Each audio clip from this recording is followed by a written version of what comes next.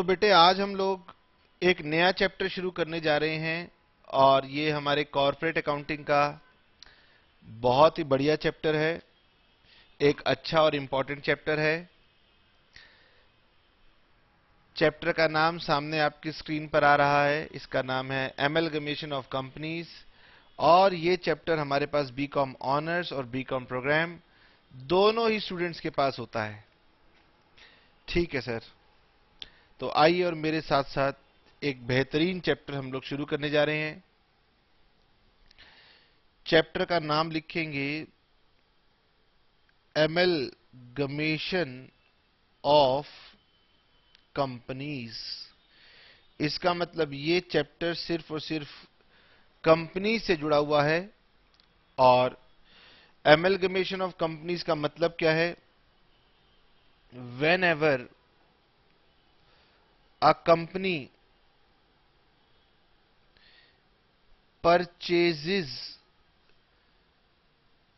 the business of another company, whenever a company purchases the business of another company, it can be either amalgamation or absorption or external reconstruction।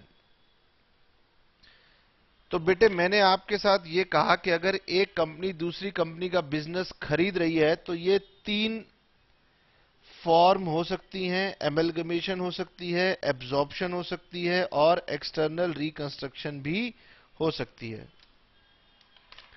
और हमें ये बात समझनी है कि amalgamation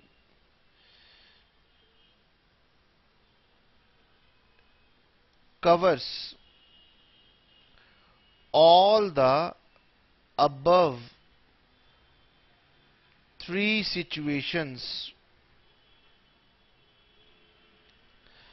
amalgamation covers all the three kinds of situations described above। इसका मतलब ये कि पहले तो बेटे आप ये समझ लीजिए, अगर एक कंपनी दूसरी कंपनी का बिजनेस एक्वायर करेगी तो या तो ये एमलगमेशन होगा, या ये एब्जॉर्प्शन होगा, या ये एक्सटर्नल रिकंस्ट्रक्शन होगा।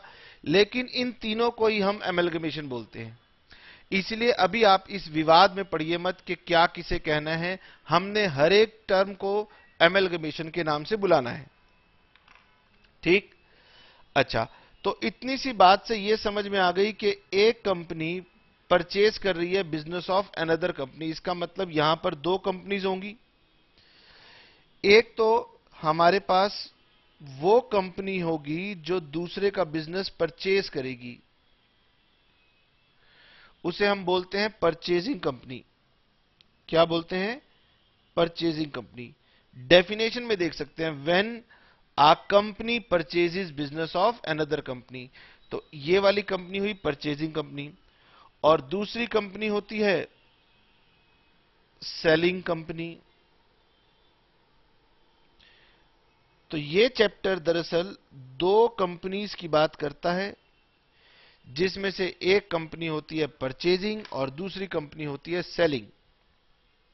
नाउ परचेजिंग कंपनी हम लोग सिंपल लैंग्वेज में बुलाते हैं, टेक्निकल लैंग्वेज में हम इसे बुलाते हैं ट्रांसफरी कंपनी, और इसे हम बुलाते हैं ट्रांसफरर कंपनी। तो हमारे पास दो कंपनी होती हैं, एक ट्रांसफरी जिसे हम परचेजिंग कंपनी बुलाएंगे, एक सेलिंग कंपनी जिसे हम ट्रांसफरर कंपनी बुलाएंगे। इसे कई बार हम लोग ना वेंडर कंपनी का नाम भी दे देंगे। ठीक? अच्छा, तो इसमें होगा क्या कि ये जो सेलिंग कंपनी है ये बिजनेस इसको दे देगी, ये अपना बिजनेस ट्रांसफर कर देगी टू परचेजिंग कंपनी, और परचेजिंग कंपनी बदले में इस कंपनी को एक प्राइस पे करेगी और इस प्राइस को हम लोग बोलेंगे परचेज कंसीडरेशन। ठीक। अब आप देखिए बेटे, क्योंकि एक कंपनी दूसरी कंपनी को बिजनेस को बाय करती है, तो ये कोई छोटा इवेंट नहीं है, ये एक बहुत ही बड़ा इवेंट है। और एक बड़ा इवेंट है, इसलिए इसके ऊपर अकाउंटिंग बहुत ज्यादा सीरियस है। और अकाउंटिंग अगर किसी बात पे सीरियस होती है, तो वो हमारी अकाउंटिंग उस पर्टिकुलर टॉपिक के डिस्प्यूट्स को खत्म करने की कोशिश करती है। और कैसे कोशिश करती है? इसके लिए वो सोसाइटी को कुछ गाइडलाइंस, कुछ रूल्स बता देती है, जिसे हम बोलते हैं अकाउंटिंग स्टैंडर्ड। यानी इससे रिलेटेड हमारे पास एक अकाउंटिंग स्टैंडर्ड है, ताकि हमें इसमें अच्छी अकाउंटिंग मिले और इसमें डिस्प्यूट ना मिले। ठीक है सर। अब ये चैप्टर की पिक्चर हमारे सामने कुछ कुछ बन के आई है कि इसमें एक कंपनी दूसरी कंपनी का बिजनेस एक्वायर कर लेगी और बदले में ये उसको प्राइस दे देगी। ठीक है। अच्छा, जो कंपनी बिजनेस परचेज करेगी, आगे चल के इसके दो मेथड्स ऑफ अकाउंटिंग हैं। हमारा अकाउंटिंग कहता है कि इसकी अकाउंटिंग के दो मेथड हैं, मेथड 1 और मेथड 2। अभी अपने दिमाग में सिर्फ नाम तक की बात रखना, आगे की बात पर मत जाना। एक मेथड तो कहलाता है मर्जर मेथड, दूसरा मेथड कहलाता है परचेज मेथड। ठीक है। तो इस चैप्टर के अंदर हम ट्रांसफरी कंपनी के अकाउंटिंग के दो मेथड सीखेंगे, एक मर्जर मेथड और एक परचेज मेथड। एक हम इसमें परचेज कंसीडरेशन सीखेंगे। ये परचेज कंसीडरेशन हम डिटेल में चर्चा करेंगे। नेट एसेट्स भी होता है, नेट पेमेंट्स भी होता है, शेयर एक्सचेंज भी होता है। These are broad methods. और वेंडर कंपनी का सिर्फ एक ही मेथड ऑफ अकाउंटिंग है, इसमें कोई झंझटबाजी की बात नहीं है, इसका एक ही मेथड है और इसका कोई नाम भी नहीं है। तो ये ओवरऑल हमारे पूरे चैप्टर की बात है।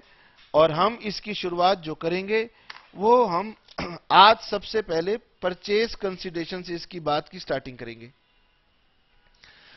क्या होता है कि जब थोड़ा थोड़ा आप पढ़ लेंगे, अपने आप को फील करेंगे कि हाँ हम चैप्टर को समझने लगे हैं, तो धीरे धीरे इसकी टेक्निकल बातों को हम लोग लेके आएंगे। और मेजरली एएस 14 इसी के बारे में हमें बताएगा। तो पहले हम ये वाला बात समझ लेंगे, परचेज कंसीडरेशन, फिर हम सेलिंग कंपनी को समझेंगे, फिर हम ये वाले मेथड्स के ऊपर आएंगे और फिर जाकर के हमारा चैप्टर कंप्लीट होगा। ठीक है सर। तो यहां तक की बात सब बच्चों ने समझ ली है। चलिए अब हम इसके बाद आगे बढ़ना शुरू करते हैं।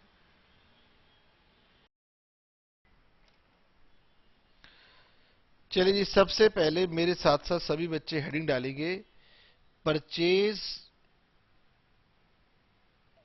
कंसीडरेशन।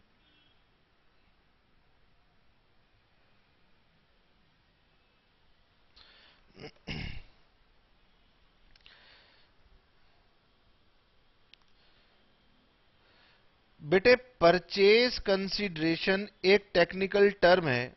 तो परचेज कंसीडरेशन क्या होता है? Purchase consideration means price paid by the purchasing company for purchasing the business of vendor company।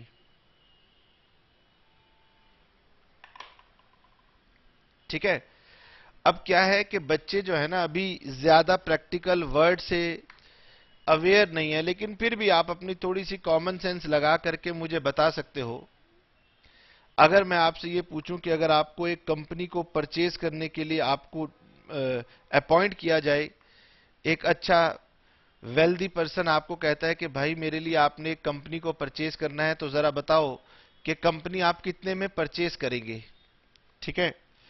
तो आप पता क्या करेंगे, आप सबसे पहले यही मेथड उठाएंगे, नेट एसेट मेथड। तो पहला हमने मेथड लिखा नेट एसेट्स मेथड। ठीक है, आप अपनी खुद की कॉमन अंडरस्टैंडिंग लगाइए कि आपसे कहा जाता है, आपको ड्यूटी असाइन की जाती है कि जाइए वो एक कंपनी हमने परचेज करनी है, बताइए उस कंपनी का क्या प्राइस पे किया जाए।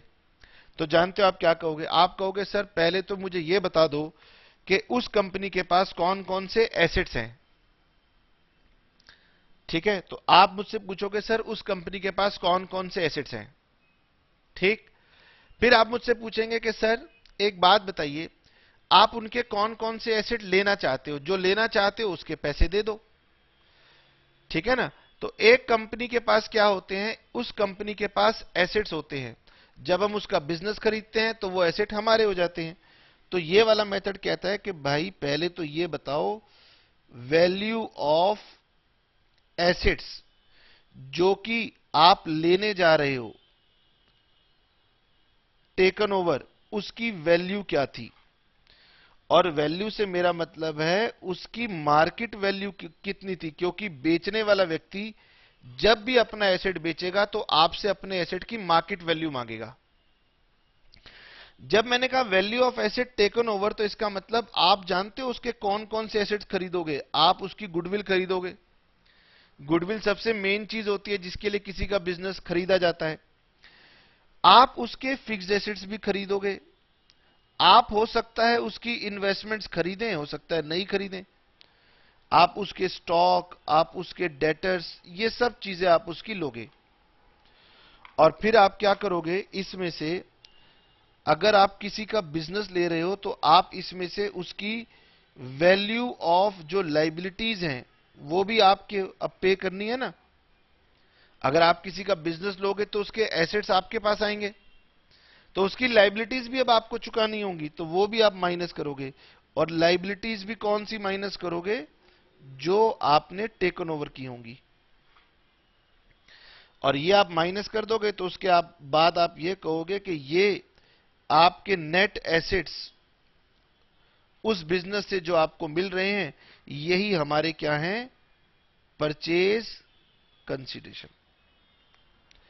बताइए सिंपल लैंग्वेज में अगर मैं आपको छोटा सा क्वेश्चन दूं और आपसे पूछूं बताइए बिजनेस कितने में बाय करोगे, तो आप उसकी नेट एसेट वैल्यू मुझे निकाल के दे दोगे और आप कहोगे कि जो उसकी नेट एसेट की वैल्यू है और वही हमारी परचेज कंसीडरेशन है।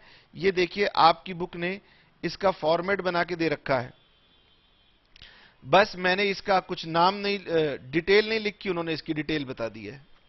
ठीक, अब इसके रिगार्डिंग कुछ बातें आप नोट में ध्यान से लिख लीजिए।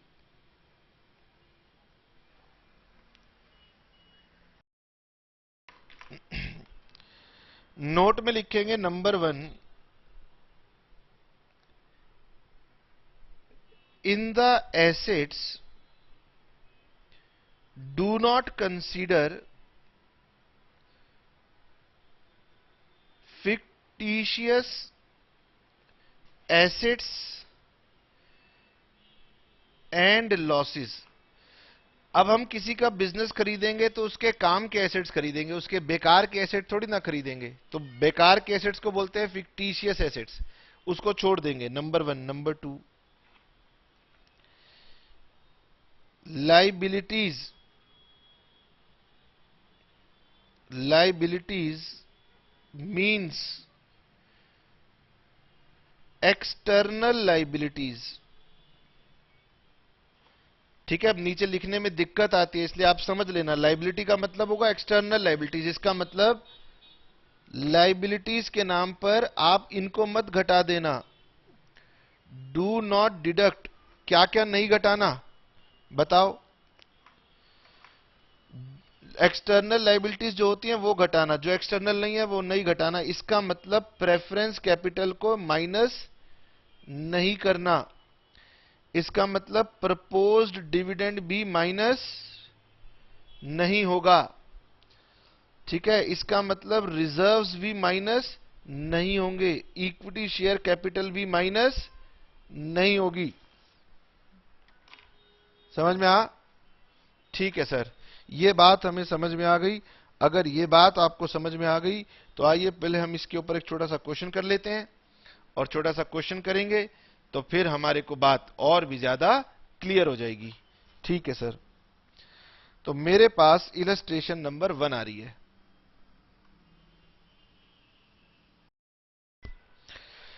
बेटे अगर आपको रिजर्व और लायबिलिटी पहचानने में दिक्कत होती हो तो बुक ने पेज नंबर 5 और पेज नंबर 6 में मेंशन किया है किसे लायबिलिटीज लेते हैं और किसे हम रिजर्व लेते हैं, तो आप उसको पढ़ लेना। आइए जी, illustration number 1। Illustration number 1 says that the following balances have been taken from the books of Bhavna limited. ठीक है, तो आपको एक बैलेंस शीट दी हुई है और आइए जरा बैलेंस शीट के नीचे क्या दिया हुआ है इसको पढ़ने की कोशिश करते हैं।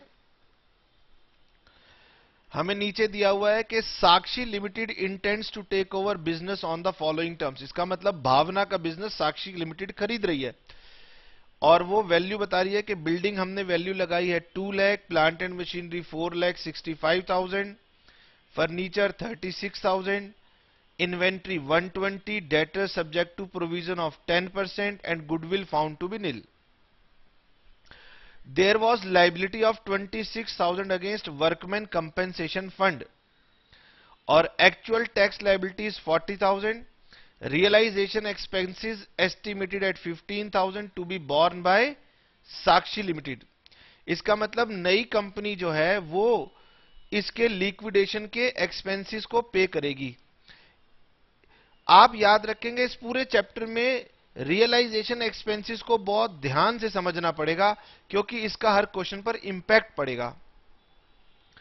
फिर लिखा है preference share holders are to be paid in cash and balance to be paid in equity shares of Sakshi limited of ₹100 पर शेयर। इन दोनों बातों का सिग्निफिकेंस बाद में बताएंगे। पॉइंट नंबर 4 का इस क्वेश्चन पर कोई इंपैक्ट पड़ा नहीं, धीरे धीरे आपको समझाएंगे कि इसका क्या इंपैक्ट पड़ सकता था। चलिए जी, मेरे साथ साथ सभी बच्चे बनाना शुरू करेंगे इलस्ट्रेशन नंबर 1।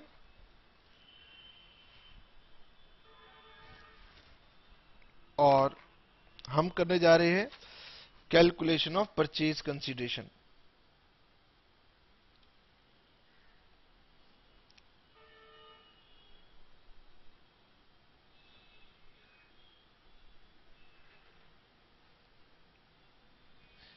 मेथड का नाम बताइए। Net assets method. ठीक है, इलस्ट्रेशन का नंबर बताइए 1। JR मोंगा और मेरी बुक जो मेरे पास है उसका पेज नंबर 11.9। सबसे पहले बिल्डिंग, बिल्डिंग की वैल्यू लगाई गई थी 2 लाख। फिर है प्लांट एंड मशीनरी,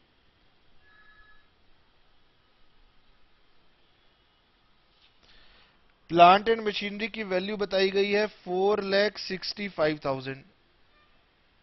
मतलब कितना सिंपल काम है, बस एक एक एसेट उठाते जाइए और उसकी वैल्यू लिखते जाइए। फर्नीचर, फर्नीचर की वैल्यू दी गई है बस 36,000, लीजिए। इन्वेस्टमेंट्स, इन्वेस्टमेंट्स की मार्केट वैल्यू साथ में लिखी हुई है, वो अलग से नहीं बताई गई। इन्वेंट्रीज, स्टॉक की वैल्यू दी गई है 1,20,000। उसके बाद आपको दी गई है डेटर्स सब्जेक्ट टू 10% प्रोविजन, तो डेटर्स हमारे पास है 3,12,000, तो माइनस 10% ऑफ 3,12,000 2,80,800। बिल्स रिसीवेबल, जिसकी कोई भी वैल्यू ना बताई जाए तो उसे सेम वैल्यू पर ले लेना। इसका मतलब बिल्स रिसीवेबल की वैल्यू में कोई डिफरेंस था भी नहीं और होना भी नहीं चाहिए। फिर कैश 15,000, बैंक कैश 55,000 55,000 और बैंक 1,11,000। उसके बाद गुडविल की कोई वैल्यू थी नहीं, इसीलिए गुडविल को लेंगे नहीं और प्रीलिमिनरी एक्सपेंस हम खरीदेंगे नहीं। तो ये हमारे पास value of assets taken over आ जाएगी। 2 लाख जमा 4,65,000 जमा 36,000 जमा 90,000 प्लस 1,20,000 प्लस 2,80,800 प्लस 45,000 प्लस 55,000 और प्लस 1,11,000।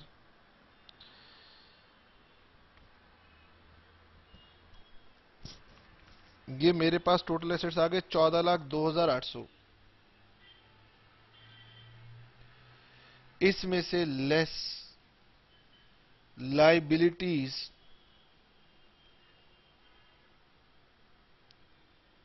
Taken over.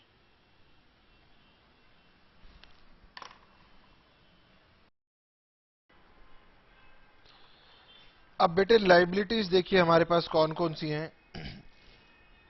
सबसे पहले लिखा है इक्विटी शेयर कैपिटल, ये नहीं लेंगे। प्रेफरेंस शेयर कैपिटल नहीं लेंगे। 10% डिबेंचर्स, 10% डिबेंचर्स हैं हमारे 1 लाख। रिजर्व फंड नहीं लेंगे। सिक्योरिटीज प्रीमियम नहीं लेंगे। P&L नहीं लेंगे। वर्कमैन कंपेंसेशन फंड, तो बेटे वर्कमैन कंपेंसेशन फंड की लाइबिलिटी है 26,000। तो liability against workman compensation fund 26,000। फिर लिखा है बिल्स पेबल, बिल्स पेबल, तो बिल्स पेबल होगा कितना 35,000। Creditors 225।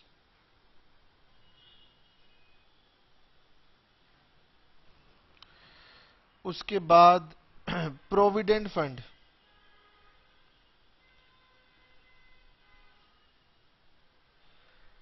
Provident fund 1,10। Provident fund 1,10,000। उसके बाद tax liability, provision for tax की जगह नीचे हमें टैक्स की लाइबिलिटी बता रखी है और हमारी टैक्स लाइबिलिटी है 40,000। ये हमारी लाइबिलिटीज हो गई। ये यहां से आप माइनस कर दीजिए। आइए जरा लाइबिलिटीज का टोटल देखते हैं कितना आ रहा है। 1,26,000 प्लस 35,000 प्लस 2,25,000 प्लस 1,50,000, ये आया 5,36,000।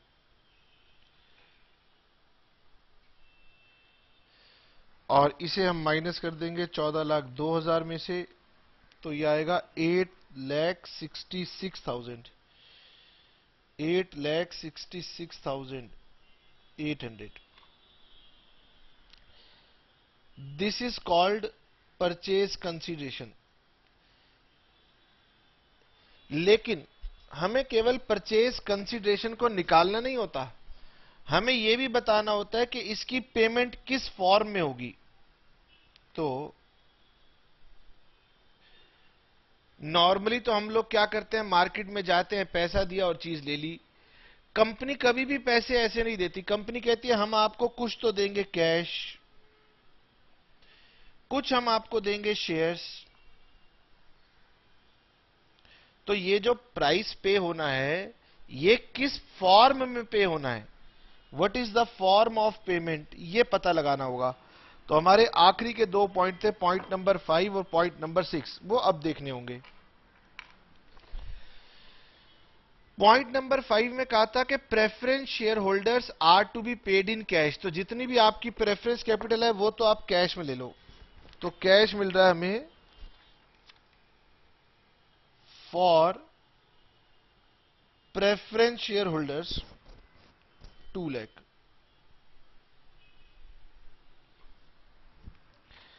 उसके बाद लिखा था balance to be paid in equity shares of Sakshi limited. तो बैलेंस कितना बचा, तो बैलेंस इन इक्विटी शेयर्स, और ये किसके लिए बच गया, फॉर इक्विटी शेयर होल्डर्स, तो 6,66,800। तो यानी ये कितने शेयर्स बनेंगे, 6,668 शेयर्स ऑफ ₹100 ईच। ये इस तरीके से हमें पेमेंट दी जाएगी। मुझे बताइए, क्या आपको ये पहला इलस्ट्रेशन नंबर 1 समझ में आया? यस सर, समझ में आ गया। नाउ आगे बढ़ते हैं। नेट एसेट्स मेथड के बाद, या नेट एसेट मेथड से हमने क्या सीखा? हमने सीखा कि सबसे पहले तो वैल्यू ऑफ एसेट्स निकाली जाएगी,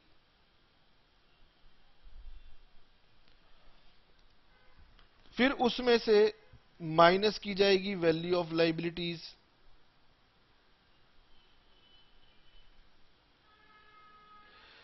फिर जाके हमें पता चलेगा कि कितना प्राइस पे करना है, और इसके बाद भी हमारा काम नहीं बनता, इसके बाद भी हम उसकी पेमेंट बताते हैं, तब जाकर के हमारा काम कंप्लीट होता है। यानी नेट एसेट मेथड बहुत लंबी मेहनत करता है, ठीक है। तो अल्टीमेटली आप प्राइस निकाल करके पेमेंट डिसाइड करते हो। तो हमारी थ्योरी यह समझाती है कि अगर मैं आपको पेमेंट ही बता दूं तो फिर आपको यह सब करने की जरूरत नहीं है, नीचे से चलो सीधा काम कर लो। मतलब ये कि मेरा सेकंड मेथड जो है वो ज्यादातर यूज होगा, और वो मेथड कहता है कि अगर मैं आपको पेमेंट बता दूं कि परचेजिंग कंपनी कितनी पेमेंट कर रही है, तो आप पेमेंट को ही जोड़कर अपना पीसी निकाल सकते हो, ठीक है। तो इसका मतलब मेरा दूसरा मेथड कौन सा आ गया? Net payment method.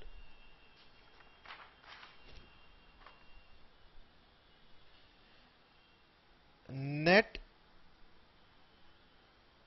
Payments method, याद रखना यह हमारा मोस्ट प्रेफरेबल मेथड रहेगा।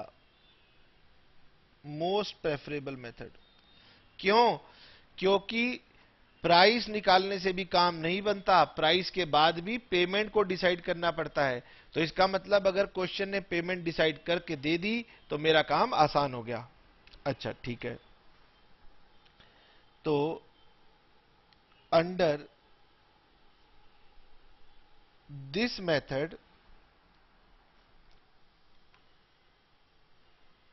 purchase consideration is calculated by adding all forms of payments made by the purchasing company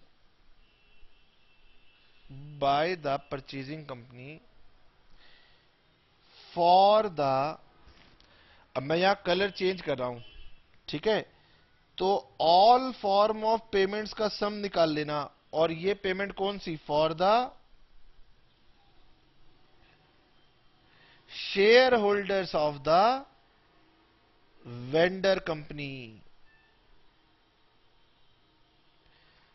देखिए जी, हमने जो पिछला क्वेश्चन किया उसमें जो हमने पेमेंट लास्ट में जाकर के डिसाइड की थी वो किसकी की थी? एक तो प्रेफरेंस शेयर होल्डर्स की और एक इक्विटी शेयर होल्डर्स की। तो पेमेंट किसके लिए? शेयर होल्डर्स के लिए। In what form? फॉर्म कुछ भी हो, चाहे कैश हो चाहे शेयर हो, इससे कोई फर्क नहीं पड़ता। इसका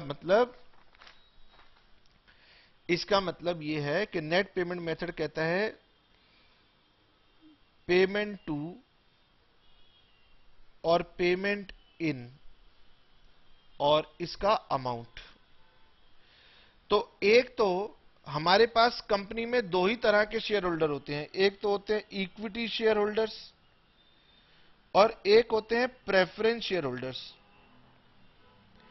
यानी परचेजिंग कंपनी अगर कोई भी पेमेंट आपको बताए जो कि इक्विटी शेयर होल्डर को मिलनी है या जो प्रेफरेंस शेयर होल्डर्स को मिलनी है, तो आप क्या करना, उसे ऐड कर लेना। अब पेमेंट कुछ कैश में दी जाती है, कुछ शेयर्स में दी जाती है।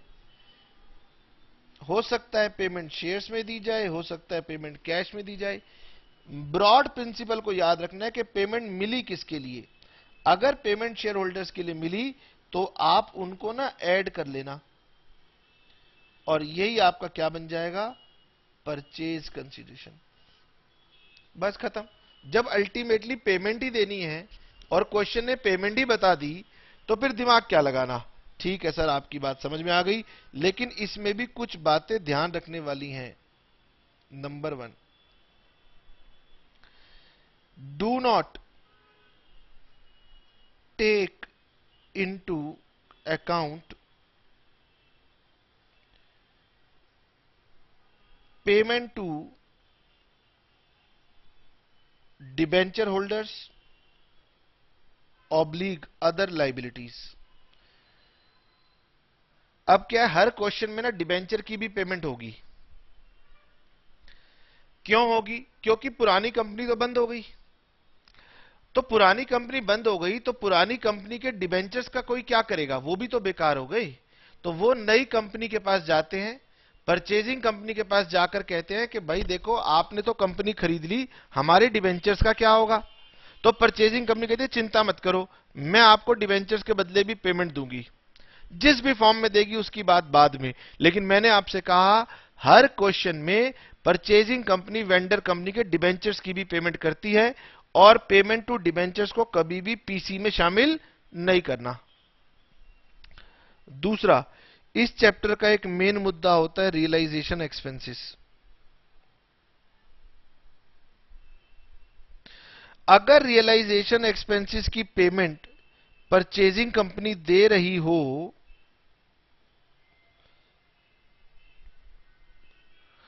तो भी बेटे इसको आपने इंक्लूड नहीं करना, ना ये इंक्लूड करना है, ना ये इंक्लूड करना है, ना कोई और पेमेंट इंक्लूड करनी है। बस ब्रॉड रूल याद रखना है कि पेमेंट किसको मिलनी चाहिए, शेयर होल्डर्स को। और दो ही तरह के शेयर होल्डर्स हैं, इन दोनों को जो जो पेमेंट वो देता जाए वो जोड़ते जाना, बाकी सारी पेमेंट छोड़ते जाना। ठीक है सर। अब ये बताइए सर, ये बताइए सर, हम इसको एक बार बुक से भी रीड कर ही लेते हैं ना, आपकी बात एकदम कंप्लीट हो जाएगी। ये नेट पेमेंट मेथड लिखा हुआ है, और नेट पेमेंट मेथड में लिखा है कि what ever is received from the purchasing company for the share holders of vendor company is added. वो कह रहा है कि देखो, आपने ये देखना है कि आपको परचेजिंग कंपनी ने वेंडर कंपनी के शेयर होल्डर्स को क्या दिया, जो दिया वो ऐड कर लो, और मत शामिल करना कोई भी पेमेंट जो कि दी गई हो किसको, डिबेंचर होल्डर्स को, किसी अदर लाइबिलिटी को, और यहां पर आप लिख लो इवन रियलाइजेशन के एक्सपेंसेस की पेमेंट भी वो कई बार देगा, उसे भी इंक्लूड नहीं करना। ठीक है सर। आइए जी मेरे साथ साथ इलस्ट्रेशन नंबर 2 पढ़ते हैं। इलस्ट्रेशन नंबर 2 कह रही है रजनीगंधा limited is absorbed bye Vasundhara limited. पहली बात, इस चैप्टर में टेंशन नहीं कि एब्जॉर्ब्ड लिखा है, एमलगमेशन लिखा है, मर्जर लिखा है, परचेज लिखा है, कोई बात नहीं, सबके लिए एक ही टर्म यूज होनी है, एमलगमेशन, इसलिए कोई फर्क नहीं पड़ता। तो रजनीगंधा is absorbed bye Vasundhara limited and consideration being taken over of liabilities. तो लाइबिलिटीज तो आपको लेनी ही होंगी। Payment of cost of absorption, अब वो कह रहा है हम आपको कॉस्ट ऑफ एब्जॉर्प्शन भी देंगे। तो मैंने कहा ठीक है आप देना, लेकिन हम परचेज कंसिडरेशन निकालते हुए इसे इग्नोर कर देंगे। तो payment of cost of absorption as per purchase consideration not exceeding 20,000, actual cost 17,000। तो मेरे किसी काम की ही नहीं है, तो मैं पढ़ूं भी क्यों, कितना एक्चुअल खर्चा हुआ, कितना हमने लिमिट बताई थी। फिर लिखा है payment of debentures of 1 lakh at a premium of 10% in 9% debentures issued at par. मैंने कहा लो, वो जान जान के ना मुझे भूल भुलैया में उलझा रहा है कि चलो शायद देखता हूं डिबेंचर की पेमेंट बता दूं, ये गलती कर दे। हमने कहा हमें पता है डिबेंचर्स की पेमेंट से भी मुझे कोई मतलब नहीं है।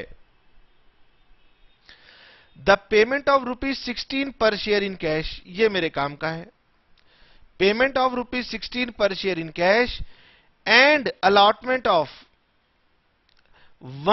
14% preference share of 10 each and 6 equity shares of 10 each fully paid up for every 4 shares in Rajnigandha Limited। तो वसुंधरा कह रही है एक तो हम आपको हर शेयर के बदले में 16 रुपए का कैश देंगे, और हर 4 शेयर के बदले में एक प्रेफरेंस शेयर देंगे, और हर 4 शेयर के बदले में 6 इक्विटी शेयर्स देंगे। तो मुझे पता लग गई है पेमेंटें। ठीक है sir. Next, the number of shares of the vendor company are 2 lakh of 10 each fully paid up. ठीक है जी, इसका मतलब रजनीगंधा के टोटल 2 लाख शेयर है 10 रुपए वाले। Calculate purchase consideration as per accounting standard 14 assuming it is absorption in the nature of purchase. अब कौन सी एब्जॉर्प्शन है मुझे इससे कोई मतलब नहीं है, हम तो अपना सीधा सा काम करेंगे। हम कहेंगे मुझे बता दो पेमेंट किसको दे रहे हो और पेमेंट कैसे दे रहे हो और उसका अमाउंट। खत्म। मैं उन सबको जोड़ूंगा। क्वेश्चन कह रहे नंबर 1, आपके पास क्योंकि एक ही शेयर होल्डर है तो इस क्वेश्चन में पेमेंट सिर्फ और सिर्फ इक्विटी शेयर होल्डर्स के लिए ही दी गई है, क्योंकि मेरे पास 2 लाख के इक्विटी शेयर्स हैं। सबसे पहले क्वेश्चन ने कहा था हर शेयर के बदले मेरे से 16 रुपए का कैश ले लो। तो हमने कहा ठीक है, बताओ कितना बना। 2 लाख शेयर हैं और हर शेयर के बदले में 16 रुपए का कैश ले लो, तो 16 दूनी 32 लाख, ये मेरा कैश आ गया। ये कैश किसको दिया जा रहा है? इक्विटी शेयर होल्डर्स को दिया जा रहा है, इसीलिए मैंने लिया। फिर वो कह रहा था हम आपको एक प्रेफरेंस शेयर भी देंगे, और प्रेफरेंस शेयर का नाम था 14% प्रेफरेंस शेयर्स, यानी इक्विटी को ही कैश भी मिलेगा, इक्विटी को ही 14% प्रेफरेंस शेयर्स भी मिलेंगे। क्वेश्चन कह रहा था मैं आपको एक शेयर दूंगा 4 शेयर के बदले में, एक शेयर दूंगा 4 शेयर के बदले में, और मेरा एक शेयर जो दूंगा वो 10 रुपए का होगा। तो ये 5 लाख रुपए आ गया। 2 लाख डिवाइडेड बाय 10, नहीं sorry 2 lakh divided by 4, 2 lakh divided by 4 into में 10, 5 लाख। खत्म। सर खत्म कैसे? एक और पेमेंट है। मैंने कहा क्या? इक्विटी शेयर्स भी तो दिए जा रहे हैं।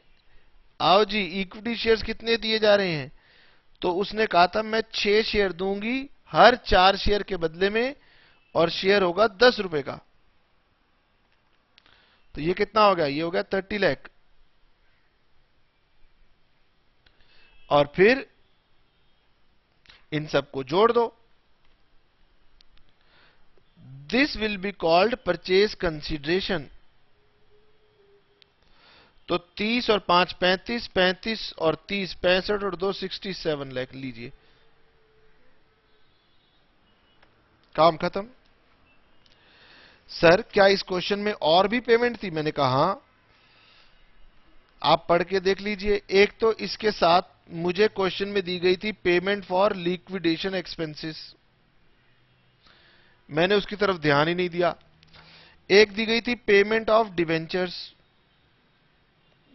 मैंने उसकी तरफ भी ध्यान नहीं दिया, क्योंकि ये मेरा परचेज का पार्ट नहीं बनता। ठीक है सर। उसके बाद इलस्ट्रेशन नंबर 3 है। इलस्ट्रेशन नंबर 3 को मारो गोली।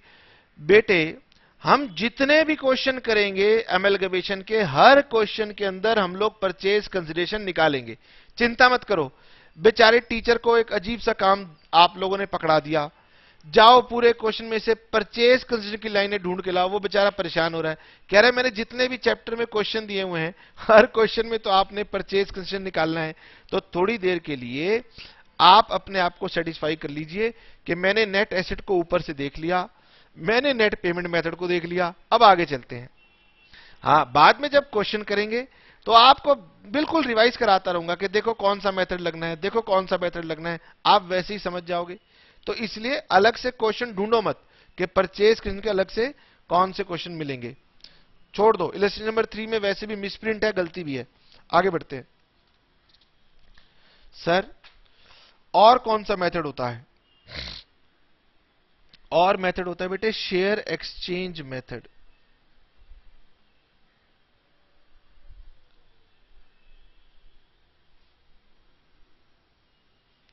ये भी बेटे कोई नई बात नहीं है, ये भी आपके, या तो आप इसे समझ लो नेट पेमेंट का पार्ट समझ लो, नेट एसेट का पार्ट समझ लो, जो मर्जी समझ लो, लेकिन ये आपको बात दी गई है एक छोटी सी बात समझाने के लिए। मैं पहले क्वेश्चन पढ़ता हूं, फिर आपको बात समझाता हूं। देखो, बुक लिख रही है कि ये नेट पेमेंट मेथड है, मैं कह रहा हूं ये शेयर एक्सचेंज है, मतलब एक ही बातें हैं, सब घूम फिर के एक ही बातें हैं। वो कहते हैं ये देखो, बैलेंस शीट हम आपको बता रहे हैं अनुकंपा लिमिटेड की। अब दरअसल ये अनुकंपा लिमिटेड नहीं है, ये पी लिमिटेड है, क्योंकि नीचे ना टी और पी नजर आ रहा है, तो ये पी लिमिटेड है। ठीक है सर, ये ना ऑथर ने ना इसको पता नहीं कब से रिवाइज नहीं किया, तो ये पी लिमिटेड है। यहां लिखा है equity share of NDDs 13% preference share of NDDs, general reserve है, डिवेंचर्स है, क्रेडिटर्स है, बिल्स पेबल और प्रोविजन फॉर टैक्स है। इसका मतलब इन दोनों की पेमेंट आएंगी, क्योंकि दो तरह के शेयर होल्डर हैं। ठीक। T limited take over P limited on 15 April 2013। ठीक है। अब हमारे क्वेश्चनों में ना हमेशा 1 अप्रैल की डेट चलती है, लेकिन यहां इसने 15 अप्रैल लिख दिया, तो मैंने कहा हमें कौन सा पूरी अकाउंटिंग करनी है, सिर्फ पीसी तो निकालना है। फिर लिखा है 13% preference share holders of P limited are discharge at 10% premium by issuing 14% preference shares of NDDs. इसका मतलब इनको 10% एक्स्ट्रा पेमेंट दी गई, तो यानी मुझे इसकी पेमेंट मिल गई। बोलो हां सर, मिल गई। अब इक्विटी वालों की पेमेंट ढूंढ लेते हैं।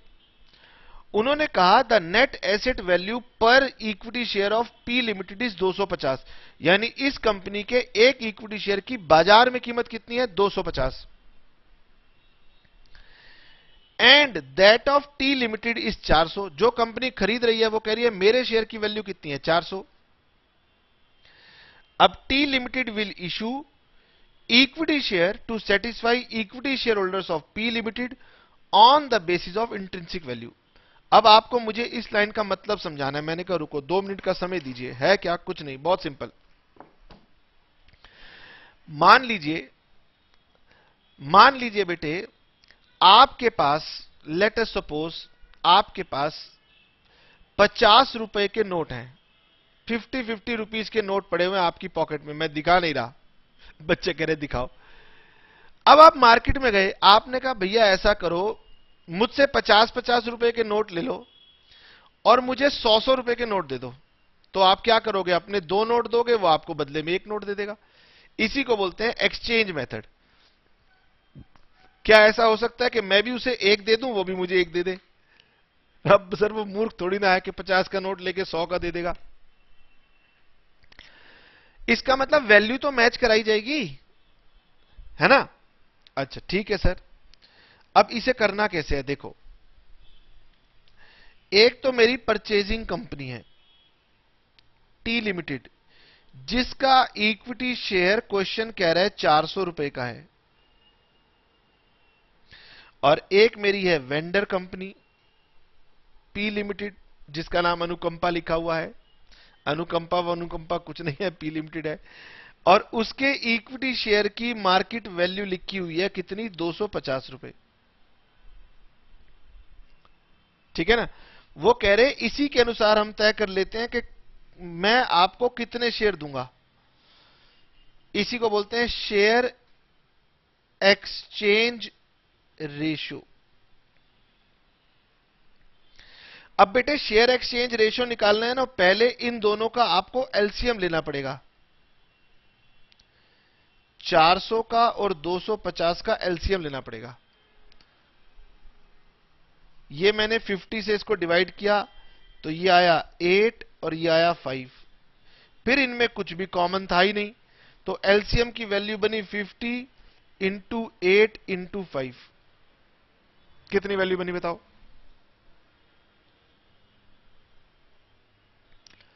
बोलिए।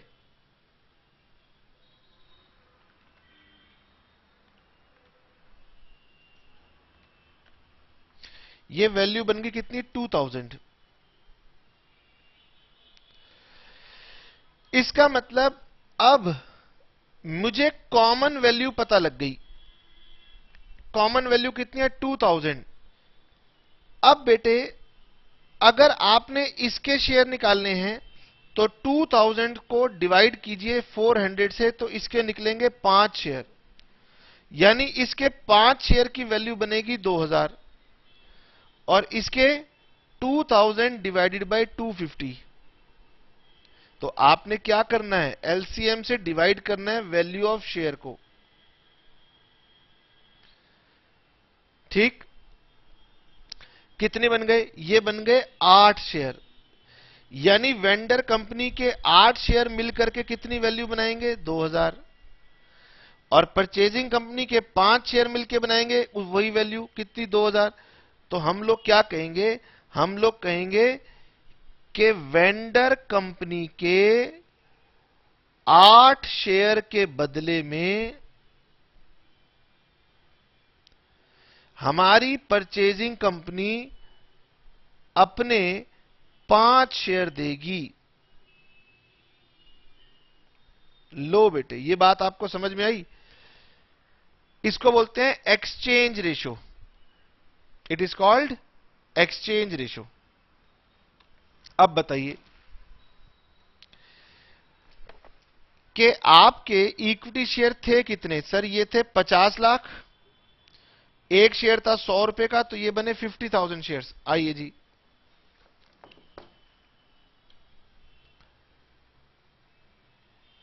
Calculation of purchase consideration.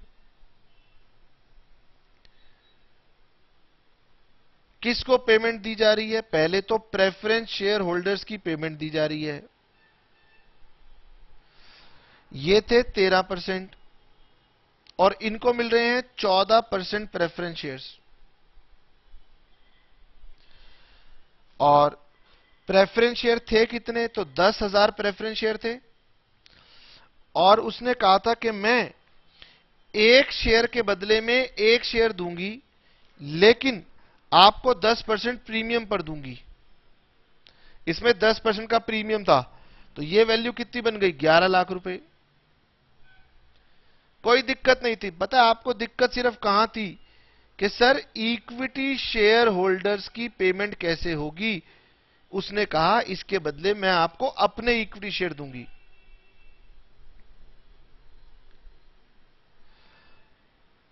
ठीक, अब बताओ कितने इक्विटी शेयर देंगे।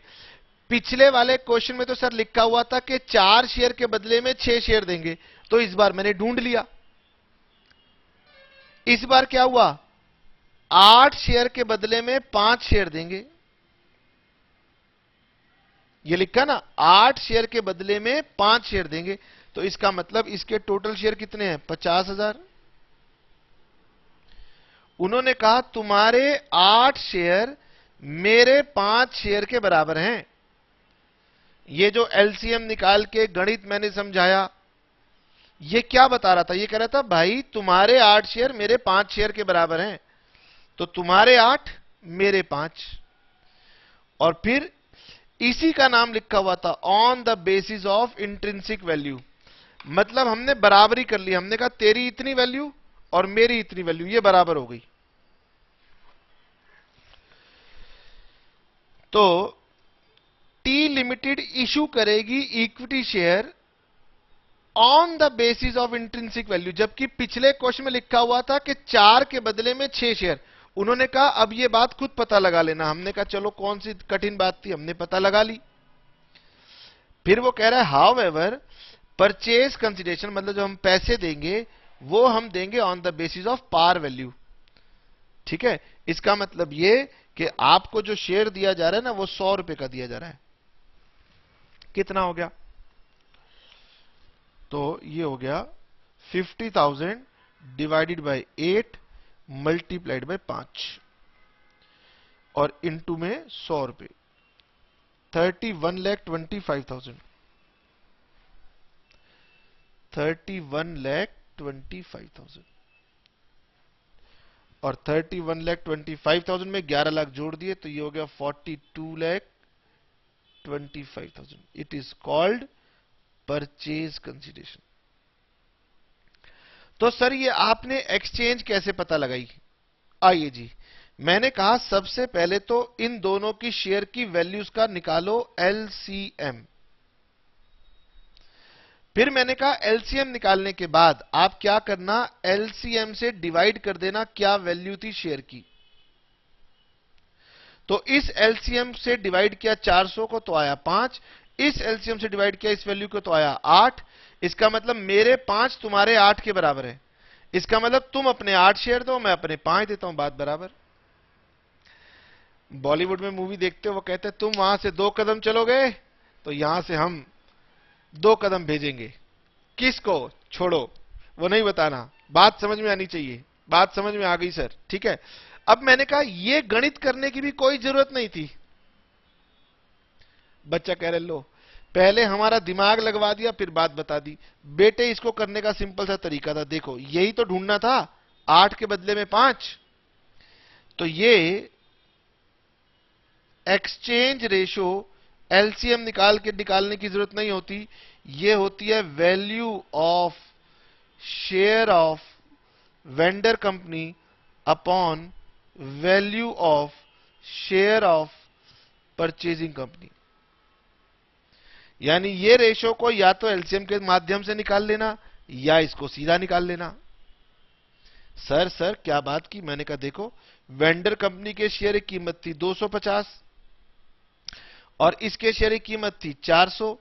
अब इन दोनों में 50 कॉमन था, काटो तो ये काट के 5/8 वैसे भी निकल आया। ओ ये बात, लो बेटे, यानी कि शेयर एक्सचेंज मेथड भी एक तरीके से पेमेंट को ही बनाने में हेल्प करता है। सर मैंने कहा बोलो बोलो। सर अगर इन दोनों शेयर की वैल्यू क्वेश्चन में ना दी होती और ये लिखा होता कि ये अपने शेयर इंट्रिंसिक वैल्यू पर एक्सचेंज करेंगे, तो आप क्या करते? बोलो। अब सर हम कैसे बता सकते हैं? आओ अब शेयर एक्सचेंज करते हैं जब वैल्यू ऑफ शेयर ना दी हो। ठीक है। How to apply share exchange method when value of shares are not given। बताओ, यही तो बात हुई कि सर अगर हमें वैल्यू ऑफ शेयर गिवन ना हो तो फिर हम कैसे काम करेंगे। तो मैंने कहा देखो step number 1, find out value of shares as per net assets method। Find out value of shares as per net asset method, जिसे आप इंट्रिंसिक वैल्यू मेथड बोलते थे। यही तो सर लैंग्वेज भी यूज हुई थी, इंट्रिंसिक वैल्यू निकाल लो। और जानते हो इंट्रिंसिक वैल्यू निकालना आपने सीख रखा है, कहां सीख रखा है? वैल्यूएशन ऑफ शेयर चैप्टर में सीख रखा है। कुछ कह रहे हैं हमने तो सीखा नहीं, क्योंकि बीकॉम प्रोग्राम में थोड़ी ना वैल्यूएशन ऑफ शेयर होता है। कुछ कह रहे हैं सर सीख लिया था लेकिन भूल गए। मैंने कहा लो, अब जो सीख लिया था भूल गए तो उन्हें ये तो याद होगा ना नेट एसेट मेथड। अभी तो मैंने नेट एसेट मेथड बताया था कि नेट एसेट तो निकाल सकते हो, यानी ये नेट एसेट निकाल लोगे और फिर वैल्यू ऑफ शेयर जो होती है वो होती है net assets divided by number of shares. तो वैल्यू ऑफ अ शेयर आपकी आ जाती है और वैल्यू ऑफ अ शेयर मिल गई तो फिर तो एक्सचेंज की रेशो आप एलसीएम से भी निकाल सकते हो और इससे भी निकाल सकते हो। सर हमें ये बात करके दिखाओ, ऐसे नहीं चलेगा। मैंने कहा आइए इलस्ट्रेशन नंबर 5।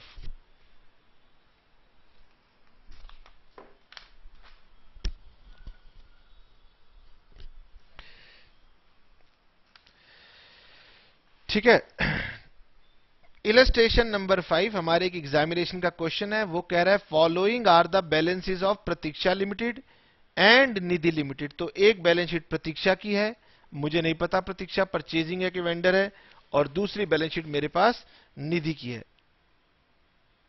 फिर नीचे लिखा है Pratiksha limited agrees to take over Nidhi, यानी ये परचेजिंग है और ये वेंडर है। फिर लिखा है find out ratio of exchange. अब कहता है रेशियो ऑफ एक्सचेंज बताओ, तो मैंने कहा वैल्यू ऑफ शेयर तो दो। वो कह रहे find out ratio of exchange of share on the basis of book values. इसका मतलब वैल्यू ऑफ शेयर खुद निकालो, और बुक वैल्यूज मतलब वो कह रहा है कि मैंने आपको उनकी मार्केट वैल्यू दी नहीं है, इसलिए उनकी बुक वैल्यू से काम चला लो। Illustration number 5 J R. Monga, page number है 11.14 मेरी बुक का, और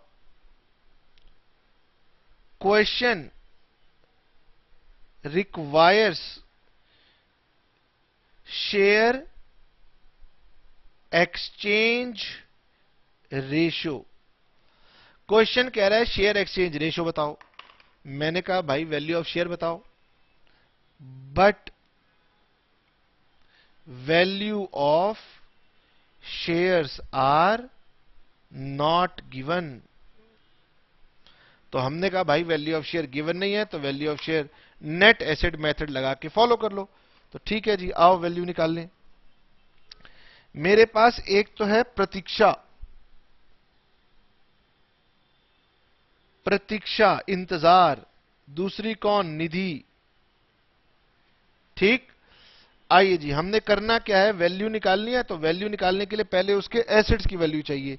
सर जब वैल्यूएशन ऑफ शेयर करते हैं तो फिक्स्ड एसेट्स लेते हैं, इन्वेस्टमेंट्स लेते हैं,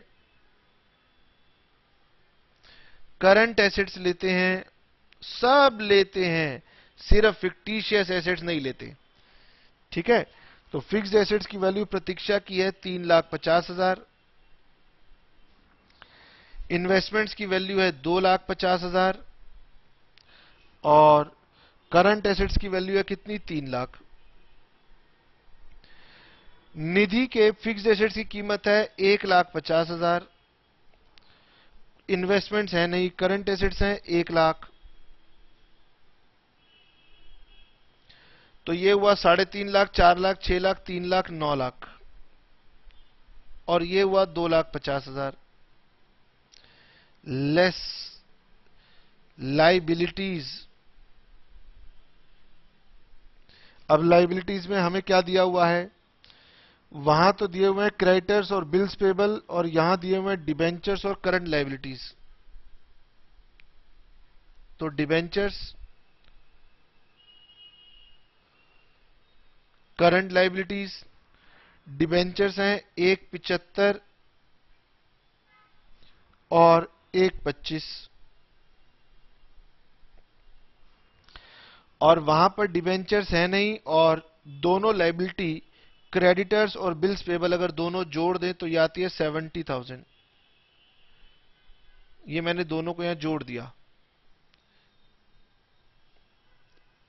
ये आया 1,75, 2 लाख, 3 लाख। तो ये 3 लाख इसमें से माइनस होना है, तो ये वैल्यू आ गई नेट एसेट कितना, 6 लाख, और ये कितना आया, 1,80। ये बेटे बात याद रखना कि ये नेट एसेट्स जो आए हैं ना, इनमें से एक और चीज माइनस होनी चाहिए थी, क्योंकि हम इक्विटी शेयर की वैल्यू ढूंढते हैं, वो होती है प्रेफरेंस कैपिटल, और वो मुझे दोनों क्वेश्चन में दी नहीं थी। यानी अच्छा क्वेश्चन तो तब होता जब हमें प्रेफरेंस कैपिटल दी जाती। समझ में आया? तो वो हमें दी नहीं है, मैंने इसलिए आपको ये बात बता दी, सो दैट आप आने वाले क्वेश्चन में ये बात को ध्यान रखो।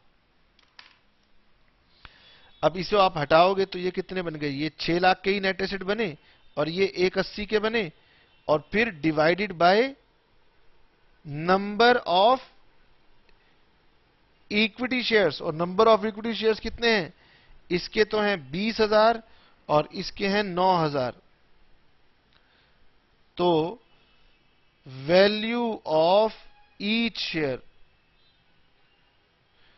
ये वैल्यू आई 30 रुपए की, और ये वैल्यू आई 20 रुपए की। अब बेटे इन दोनों का एलसीएम चाहिए, बताओ इन दोनों का एलसीएम क्या आएगा? सर इन दोनों का एलसीएम आएगा 60 रुपए। इसका मतलब इसके 2 शेयर और इसके 3 शेयर। अब हिंदी अंग्रेजी में खुद लिख लेना, वरना तुम कहोगे सर पता नहीं क्या क्या लिखते रहते हो। अच्छा, ये इसे क्या देगी? तो हम लोग कहेंगे कि परचेज कंसीडरेशन होगा सिर्फ इक्विटी शेयर्स ही हैं इस क्वेश्चन में, तो payment to equity share holders in equity shares कितना? इसके नंबर ऑफ शेयर थे 9000 इनटू अब शेयर एक्सचेंज रेशियो क्या होगी? वो कह रहे हैं तेरे 3 शेयर के बदले में मेरे 2 शेयर। समझ में? यानी कि परचेजिंग कंपनी कह रही है मेरे 2 शेयर और तेरे 3 शेयर, और इनटू में इशू प्राइस, ये हमारा परचेज कंसीडरेशन हो जाएगा।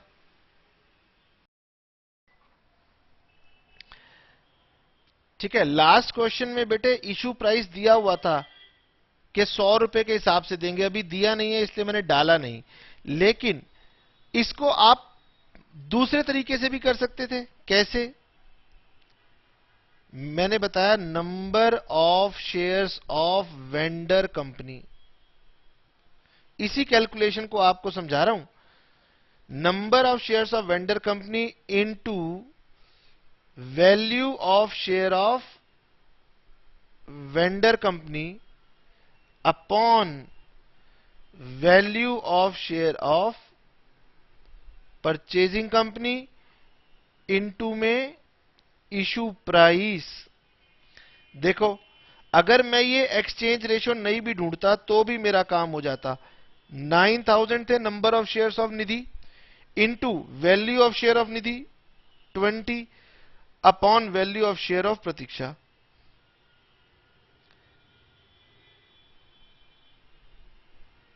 देखो यही वाली बात तो बनी,